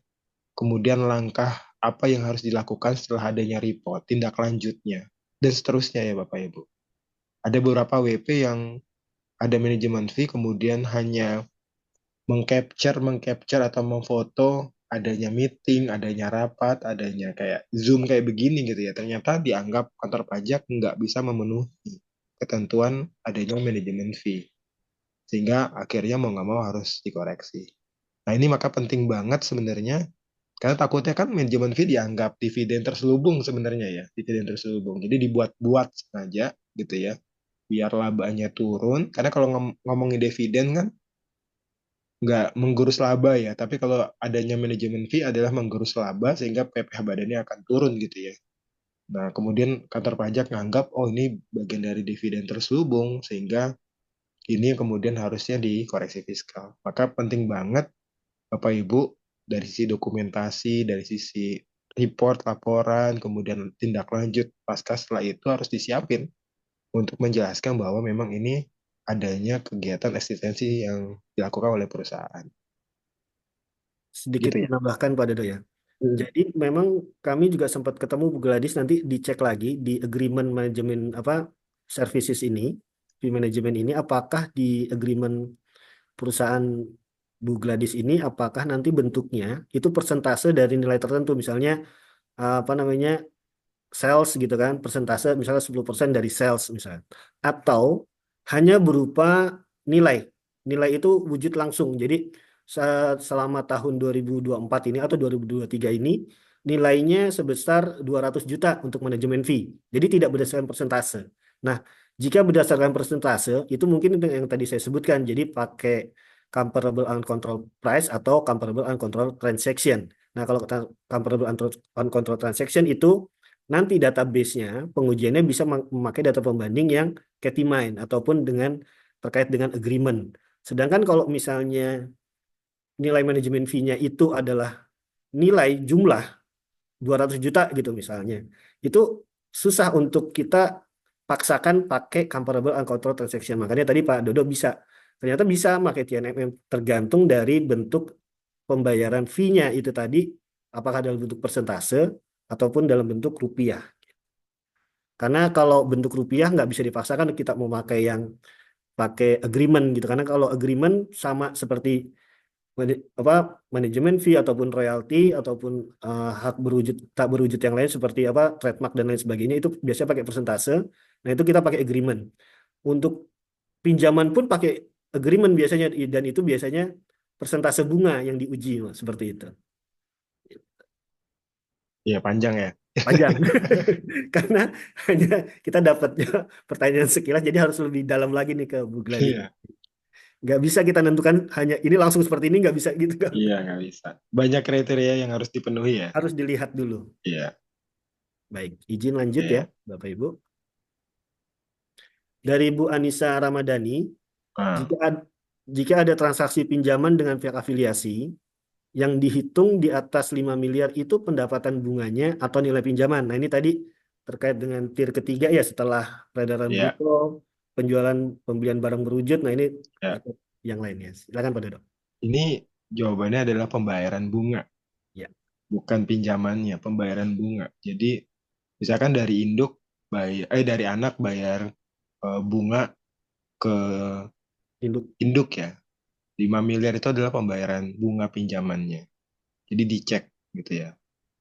Tapi bisa jadi ya, misalkan Bapak Ibu pinjamannya 5 miliar gitu ya. Nah, kalau pinjamannya sih nggak memenuhi ya, karena yang dilihat adalah nilai transaksi pembayaran bunganya. Karena yang diincar adalah bunganya wajar apa enggak sebenarnya gitu kan. Hmm, Gitu. Jadi nanti dicek tingkat suku bunganya sesuai apa enggak.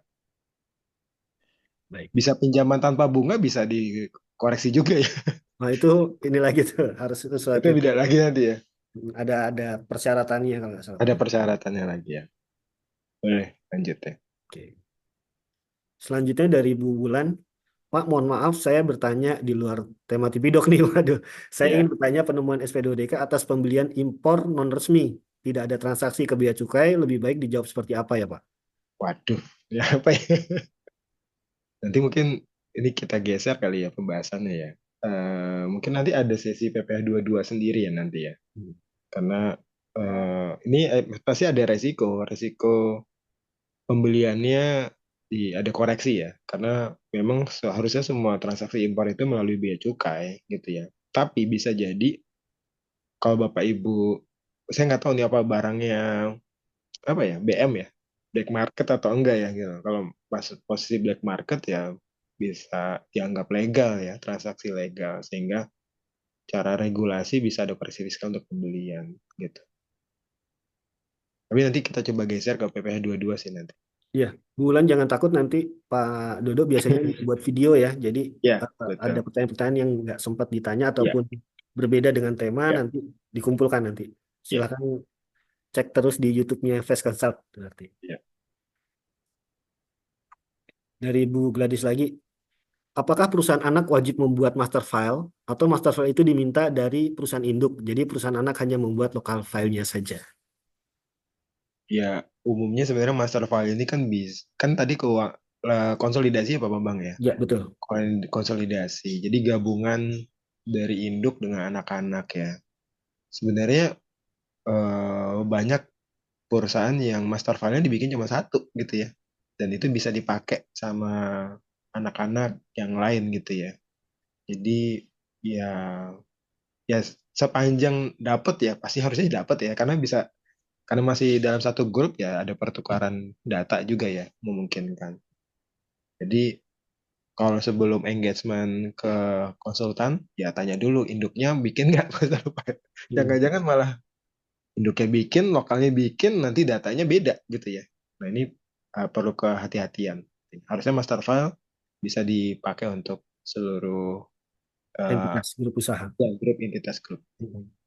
Tetapi Bu Gladys, seandainya di induk tidak membuat dan tidak mau memberikan, itu bisa aja terjadi otomatis Iya, karena di kantor pajak ini meminta TP-Doc itu ya udah jadi satu paket tuh master file dan local file. Jadi Bu Gladys nanti otomatis harus membuat master file juga, tetapi kondisinya dengan data keuangan yang ada di perusahaan Bu Gladys. Seperti itu biasanya yang dilakukan. Karena ketika diminta itu tidak hanya bisa memberikan hanya apa lokal filenya saja. Jadi master file juga. Jadi tergantung Bu Gladys apakah bisa meminta master file ke induk ataupun tidak. Seperti itu. Seandainya bisa ya pakai master file induk. Tetapi kalau tidak ya harus membuat sendiri Bu Gladys. Seperti itu. Dari Ibu Rania Mono. Izin hmm. bertanya Pak, bagaimana cara melihat antar negara ada atau tidaknya perjanjian CBCR?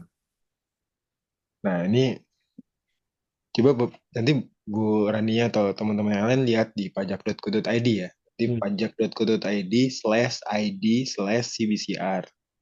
Di situ ada daftar negara mitra yang melakukan perjanjian. Nah ini diupdate terus. Terakhir di saya lupa 1 April berapa ya. Itu pernah diupdate ya sama DJP ya. Jadi silakan di pajak.go.id/id/CBCR. Di situ nanti ada menu daftar negara yang udah melakukan perjanjian. Gitu. Baik, terima kasih Pak Dodo. Berikutnya dari Bu Dian Rahmawati lagi izin bertanya. Ada dua perusahaan PTA dan PTB. Perusahaan induk dari PTA terletak di Indonesia, sedangkan perusahaan induk dari PTB ada di luar negeri. Perusahaan induk yang ada di Indonesia maupun di luar negeri masing-masing memiliki master file sendiri. Apakah master file tersebut bisa digunakan oleh anak perusahaan? Gimana nih Bapak Bang? Tergantung.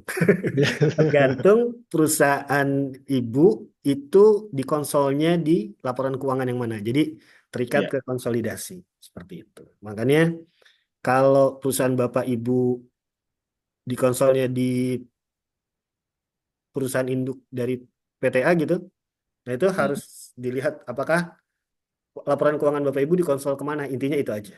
Jadi ngikut ke master file yang mengkonsolidasi. Karena biasanya di master file yang ada laporan keuangan konsolidasinya itu dinyatakan bahwa si perusahaan PTA PTB ini masuk di anak perusahaan mana. Itu ada di master filenya biasanya seperti itu. ya. Seperti itu Bapak Ibu. Dari Bu Hera Irawati, izin bertanya, jika di pertengahan tahun perusahaan dijual oleh perusahaan induk ke perusahaan lainnya, di mana di akhir tahun, perusahaan induk yang lama dan baru memenuhi syarat untuk pembuatan TP-Doc. Dalam hal ini, bagaimana mekanisme pembuatan TP-Doc-nya? Apakah harus membuat TP-Doc atau cukup salah satu kemudian digabungkan? Terima kasih. Ya, mungkin pertanyaannya di tahun sekarang ya tahun berjalan Hmm. ada transaksi afiliasi apa enggak. Pertama itu dulu. Iya, jadi dilihat dulu itu ya. Kalau sekiranya udah dijual dan tidak ada transaksi afiliasi, misal ya tidak ada transaksi afiliasi ya nggak usah bikin TV doc gitu ya. Tapi ketika dijual di tempat yang baru dan ternyata ada transaksi afiliasi dengan yang baru, itu memungkinkan. Tapi ini bisa jadi dispute ya Bapak Ibu ya. Mm-mm. Dispute-nya adalah bisa jadi misalkan dia jualnya 1 Juli misalkan. Nah, 1 Januari sampai 30 Juni ada transaksi afiliasi dengan perusahaan yang lama misalkan ya, dengan induknya. Nah, kalau melihat kayak begini memang harus ya memang di saat itu memang udah terlihat ada transaksi afiliasi ya saat itu ya di titik itu ya. Jadi kemungkinan besar bisa terjadi afiliasi. Cuman nanti kan yang dilihat umumnya ya nanti dia di akhir tahun sebenarnya ya. Di akhir tahun adalah informasi pihak berelasinya tuh di pihak yang mana saja. Tapi bisa jadi Bapak Ibu perlu juga dieksplorasi ya. Jangan-jangan dialihkan ke pihak lain pun ternyata ada penguasaan manajemen juga yang sama gitu ya. Jadi kemungkinan besar masih ada transaksi afiliasi. Kemungkinan besar kayak gitu ya. Jadi bisa jadi harus bikin TV doc. Ya. Kalau mau terburuknya memang ya tetap harus bikin TV doc ya. Tetap harus bikin TV doc. Cuman masalah dua dua versi tadi ya ada master filenya dua atau lokal lokal filenya itu juga harus tapi memang harus disampaikan bahwa ketika terjadi pengalihan kepemilikan juga harus disampaikan penggunaan TV doc-nya dengan afiliasi yang baru kemudian dicek transaksinya wajar apa enggak yang sebelumnya juga dicek wajar apa gitu ya Ya, Pak Bapak. terima kasih, Pak Dodo. Dari Pak Amin Solahuddin. Izin bertanya, Pak. Semisal kita PTA sering melakukan transaksi dengan PTB yang merupakan pemilik mayoritas saham. Nah, hanya saja PTB ini sering belum bayar ke PTA. Jadi PTA belum membuat faktur pajak atas transaksi dengan PTB tersebut. Dan PTA ini malah sudah mengakui pendapatan atas transaksi tersebut di SPT tahunan yang dilapor. Pertanyaannya, apakah harus dibuatkan TV Doc atas transaksi tersebut? Dan mungkin ada konsekuensi dari kesalahan yang dilakukan PTA atas transaksi tersebut. Nah, ini ada dua hal yang berbeda nih, Pak Dodo. Kalau Melihatnya nggak dari salah dua di sisi. kalau nggak salah di PMK 172 ada apa Bang corresponding adjustment ya. Mm-mm. Jadi kalau misalkan PTA-nya diperiksa ya, Pak Amin ya, diperiksa kemudian mengakui pendapatan transaksi afiliasi, maka bisa jadi ada corresponding adjustment dari KPP PTA ke KPP PTB ya, anak Iya. perusahaannya ya. Mm.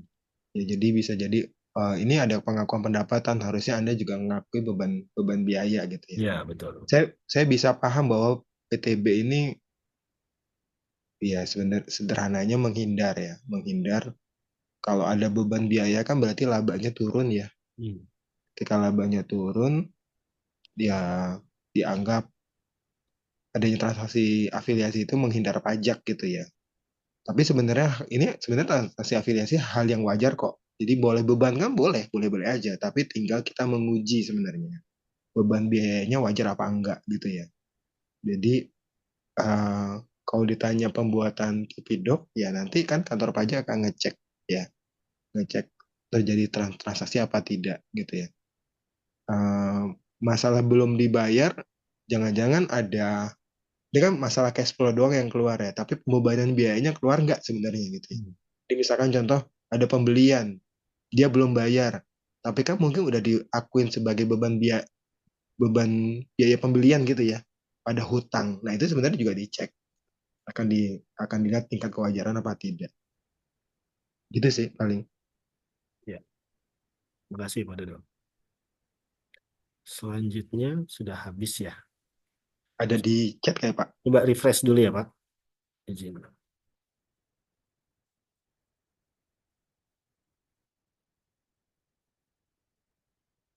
Saya izin refresh dulu.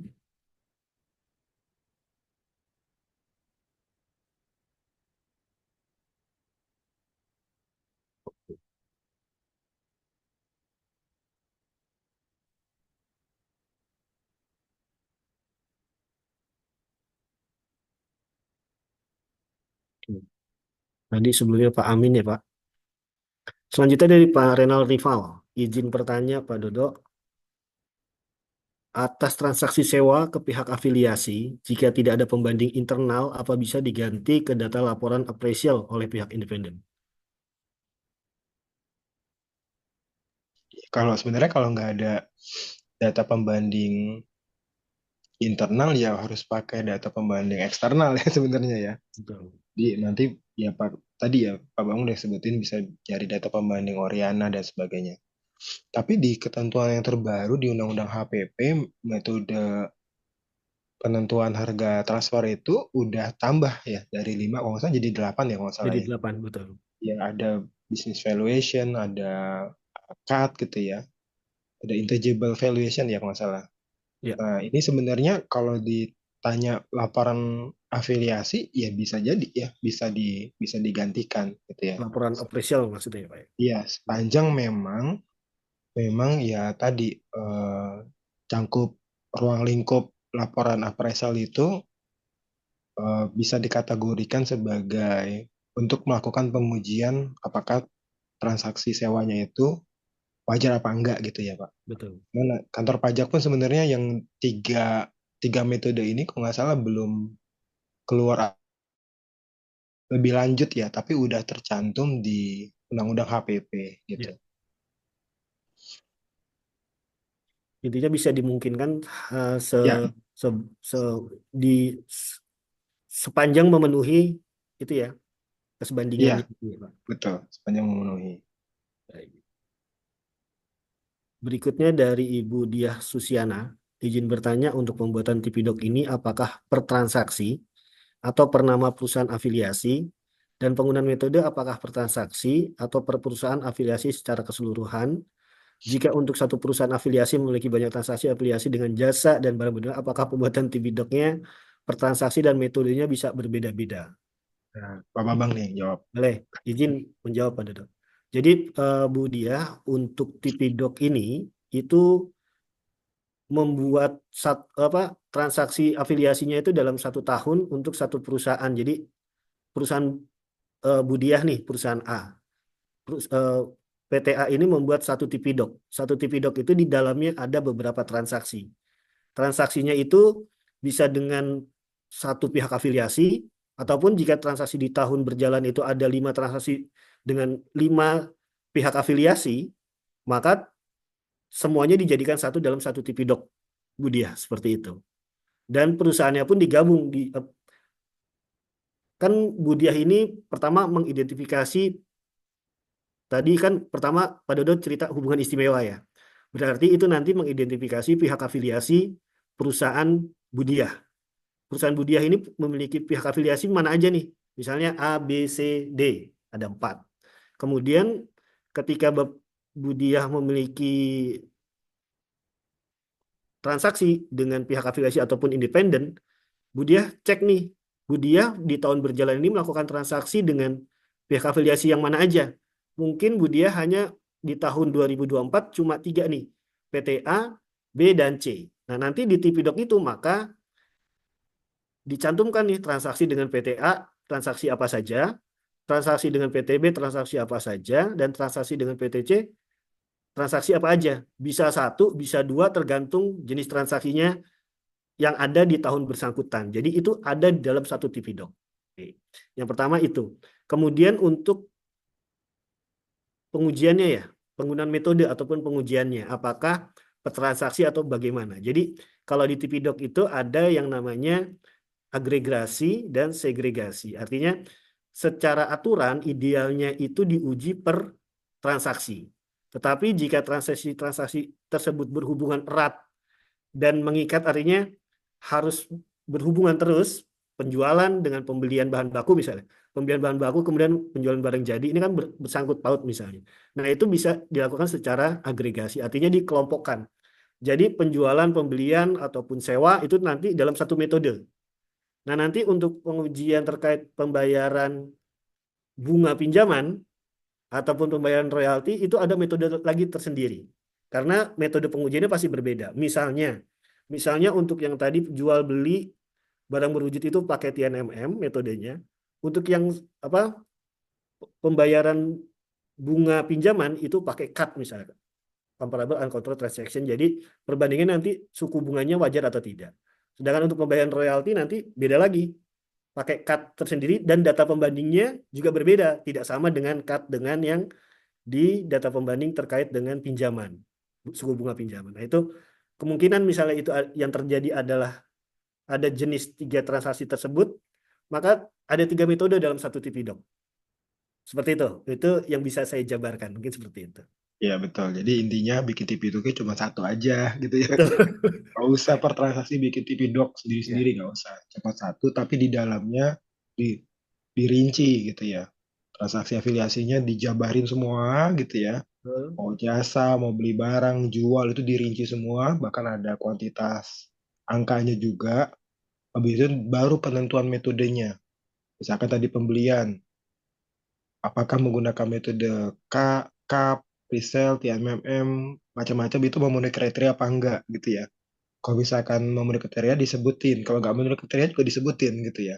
Terus tadi yang jasa disebutin, metode ini kenapa nggak dipakai, metode ini kenapa dipakai dan seterusnya. Jadi bisa jadi satu satu dalam satu tahun dengan jenis transaksi yang banyak, metodenya bisa beda-beda. Tapi bikin TP-Doc cukup satu Satu. lokal file doang gitu ya. Dan itu semuanya diinformasi dijabarin di dalam itu. Gitu paling ya, Pak Bambang. Ya. Mungkin ini pertanyaan terakhir ya, Pak Dodo Iya, dan Bapak Ibu iya, dari Budia. Sayangnya waktu juga yang membatasi kita. Terima kasih kepada Pak Dodo atas jawabannya yang sangat informatif. Sayangnya memang waktu yang membatasi ya. Kami berharap informasi yang disampaikan hari ini bermanfaat bagi Bapak Ibu semua. Jika masih ada pertanyaan yang belum terjawab, Bapak Ibu bisa berdiskusi di WhatsApp Group setelah webinar ini selesai. WhatsApp Group akan di-unmute sehingga Bapak Ibu bisa diskusi terkait dengan topik SP2DK. Sebelum kita menutup acara ini, kami ingin mengingatkan bahwa First Consult Indonesia melalui sesi Jumat Berbagi Ilmu, kami secara rutin mengadakan webinar perpajakan untuk sharing seputar perpajakan yang insya Allah akan diadakan setiap hari Jumat. Untuk tema Jumat depan terkait dengan SP2DK Series adalah teknik pengisian formulir SPT PPH Badan terkait transfer pricing. Silakan Bapak Ibu yang berkenan dapat join pada webinar tersebut. Selain itu, kami ingin mengingatkan bahwa Face Consult Indonesia menyediakan berbagai layanan konsultasi pajak yang dapat membantu Bapak Ibu dan perusahaan Bapak Ibu dalam mengelola kewajiban pajak dengan lebih baik. Layanan kami mencakup perencanaan pajak, penyusunan ataupun review SPT bulanan ataupun tahunan, jasa penyusunan TP-Doc, termasuk pendampingan SP2DK, pemeriksaan pajak, dan sebagainya. Untuk informasi lebih lanjut, Bapak Ibu bisa mengunjungi di website kami di fastconsult.id atau menghubungi kami langsung melalui WhatsApp di 0811 1921 0107. Kami siap membantu Anda mencapai efisiensi pajak yang maksimal. Terima kasih sekali lagi atas partisipasi Bapak Ibu semuanya dalam webinar pada pagi hari ini. Sampai jumpa di webinar berikutnya pada Jumat depan. Selamat melanjutkan aktivitas Bapak Ibu. Terima kasih, selamat siang, dan wassalamualaikum warahmatullahi wabarakatuh. salam warahmatullahi wabarakatuh. Terima kasih Bapak Ibu semua.